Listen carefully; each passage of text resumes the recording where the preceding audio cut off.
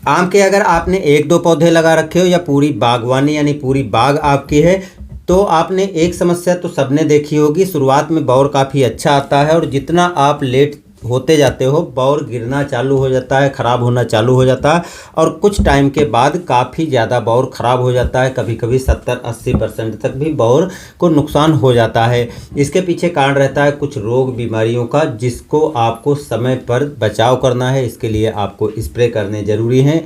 Spray कौन से करने हैं, किन किन दवाओं को लेना है, कितनी बार में स्प्रे करना है, कितनी मात्रा लेनी है, सब कुछ आपको इस वीडियो में मैं बताने वाला हूं। तो वीडियो शुरू से अंत तक देखना, चैनल पर नए हैं तो सब्सक्राइब कर लेना।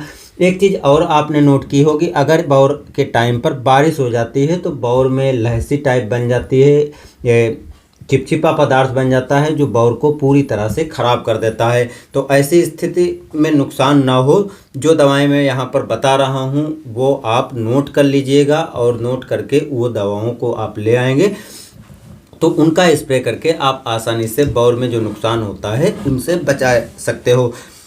देखिए, जब पहली बार आपको स्प्रे करना होता है तब आपको अपने बाग में देखना है या पौधों पर देखना कि एक दो बौर यदि बन रहे हैं तो उसी टाइम पर आपको पहला स्प्रे कर देना है, या बौर आने वाला है तो उस टाइम पर आपको स्प्रे कर देना है। जो इस बार टाइम निकल चुका है तो आगे अगले साल इस बात का आपको ध्यान रखना है। फिलहाल नोट कर लीजिएगा जिससे आपको अगले साल आसानी हो जाए। बहुत से किसान भाइयों के या बहुत से भाई जो हैं पौधे एक दो लगा रखते हैं और उसमें जो है बौर को केयर नहीं करते हैं पौधे की, और बौर ख़राब हो जाता है, गिर जाते हैं और आम नहीं बनते हैं, यानी फलत उसमें बिल्कुल नहीं होती है। तो दवाएं आपको जो लेनी है, देखिए, एक तो होता है कि फंगस लगने के कारण भी बौर ख़राब होता है, कीट लग जाने के कारण बौर ख़राब होता है और कुछ हार्मोन्स की गड़बड़ी के कारण भी बौर गिर जाता है। फल छोटे छोटे मटर के दाने जितने बनते हैं वो गिर जाते हैं। तो ऐसी स्थितियों से ही नुकसान होता है, तो उनसे आपको बचाव करना पड़ेगा। पहला स्प्रे जैसा कि मैंने बताया है कि जब बौर बनना चालू हुआ हो, एक दो पौधों पर एक दो बौर दिखाई पड़ रहा हो, उस टाइम तक आपको क्या करना है, सल्फर जो 80% WG की आती है उसको ले लेना है और इस सल्फर की मात्रा 5 ग्राम प्रति लीटर पानी में लेना है। मैं इसलिए प्रति लीटर पानी के हिसाब से बता रहा हूँ, अगर आपका एक पौधा है या पूरी बाग है तो प्रति लीटर के हिसाब से जो डोज बता रहा हूँ, तो जितना भी एरिया हो, जितने भी पौधे हों, आप उस हिसाब से डाल करके स्प्रे कर सकते हैं। दूसरी एक लेना है कीटनाशक। कीटनाशक में जब आप पहला स्प्रे इस टाइम पर कर रहे हो तब आपको ले लेना है इमिडाक्लोरोपिड 17.8% या प्रोफेनोफास ले लेनी है 40% और प्लस साइपरमेथ्रिन 4% या फिर क्लोरोपाइरिफास 50% और साइपरमेथ्रिन 5%। इन तीनों दवाओं में से ध्यान रखना है किसी एक दवा को पहली बार लेना है और जो दवाएं दो बचेंगी वो आपको अगले दो स्प्रे में बदल बदल करके दवाओं को डालना पड़ेगा।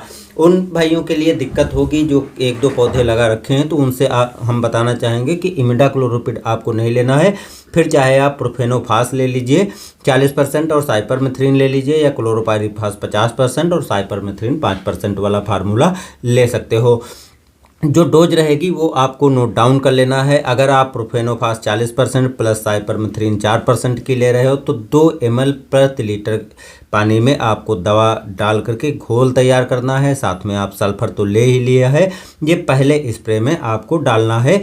इसके अतिरिक्त, सल्फर के अतिरिक्त अगर आप सल्फर नहीं लेना चाहते हो तो आप कोई भी एक फफूंदनाशक ले सकते हो। जो मैं लिख रहा हूँ इसको आप नोट कर लीजिएगा, इसमें से कोई एक आप फफूंदनाशक ले लेना। जो डोज मैं लिख रहा हूँ उस डोज के हिसाब से डाल सकते हो। बाकी दोस्तों, सल्फर अगर लेते हो तो सल्फर दो काम करता है।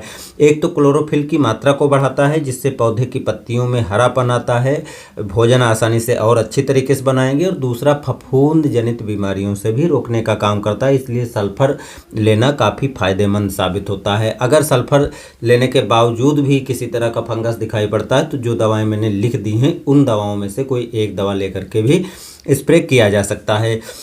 अब ये पहला स्प्रे हो गया। दूसरा स्प्रे आपको कब करना है कि दूसरा स्प्रे अगर बारिश हो गई है, जैसे बौर निकला है, बौर बना है और किसी भी समय पर बारिश हो गई, तो बारिश के बाद तुरंत आपको 2 से 3 दिन के अंदर अंदर दवा स्प्रे कर देना है। नहीं तो फंगस फैलेगा, कीट फैलेगा और चिपचिपा पदार्थ जिसको हमारे वहाँ लहसी बोलते हैं, ये हो जाएगा और बौर ख़राब हो जाएगा। तो इस स्थिति में आपको जो सल्फर 80% WG की है उसकी 5 ग्राम मात्रा प्रति लीटर पानी में मिला करके स्प्रे करना है। साथ में जो तीनों दवाएं मैंने बताई हैं किसी एक दवा को ले लेना है और उसका स्प्रे कर देना है साथ में मिला करके। अब तीसरा स्प्रे या हम कह सकते हैं दूसरा स्प्रे अगर बारिश नहीं होती तो इन दवाओं का तो आपको स्प्रे करना ही करना है। इस टाइम पर आप देखते होंगे जब आप दूसरा स्प्रे करेंगे तो मटर के दाने जितना जो है आम बनना चालू हो गया है। तो उसके इन दोनों दवाओं के साथ में अल्फा नेप्थाइल एसिटिक एसिड जो 4.5% की आती है, इसकी 4 ml मात्रा प्रति पंप आपको मिला लेना है। इस बात का ध्यान रखना है, प्रति पंप आपको 4 ml मात्रा लेना है। इससे अगर ज़्यादा आप मात्रा लेकर के डालते हो, अधिक मात्रा डालने से बौर जल भी सकता है, इसलिए इसकी अधिक मात्रा आपको नहीं डालनी है। बाकी जैसे सल्फर हो गया, कीटनाशक है, तो थोड़ी बहुत यदि बढ़ भी जाती है मात्रा तब भी कोई फर्क नहीं पड़ना है। हाँ, कीटनाशक में एक बात का ध्यान रखना है, मैंने 3 दवाएं जो बताई हैं वो अलग अलग बताई हैं और अलग अलग फार्मूला है। इसके पीछे का कारण यही है कि अगर आप आम के पौधों पर एक ही दवा को डालते हो और बार बार उसी दवा को डालते हो तो जो कीट होते हैं वो रेजिस्टेंस बना लेते हैं, जिससे अगली बार जब दवा डालोगे तो काम ही नहीं करेगी। तो इसलिए बेहतर होगा कि अगली बार आपको दवा बदल देनी है। बदल दोगे तो वो रेजिस्टेंस नहीं उस दवा का ले पाएंगे, जिससे जो है दवाएं अच्छे से काम भी करेंगी। जो 1-2 पौधे लगा रखे हैं उनके सामने समस्या आती है तो आप 1-2 लोग मिलकर भी दवा को ला सकते हो। बाकी छोटे छोटे पाउच आते हैं, दूसरी दवाएं भी आप कोई कीटनाशक ले सकते हो, बशर्ते इस बात का ध्यान रखना है कि वो कीट जो हैं फुदका आदि जो आम पे कीट लगते हैं उस पर असरकारक होनी चाहिए। तो मैंने उन्हीं दवाओं को बताया है जो अच्छे से काम करती हैं। तो दोस्तों इस तरीके से आप आम के बौर को नुकसान होने से बचा सकते हो।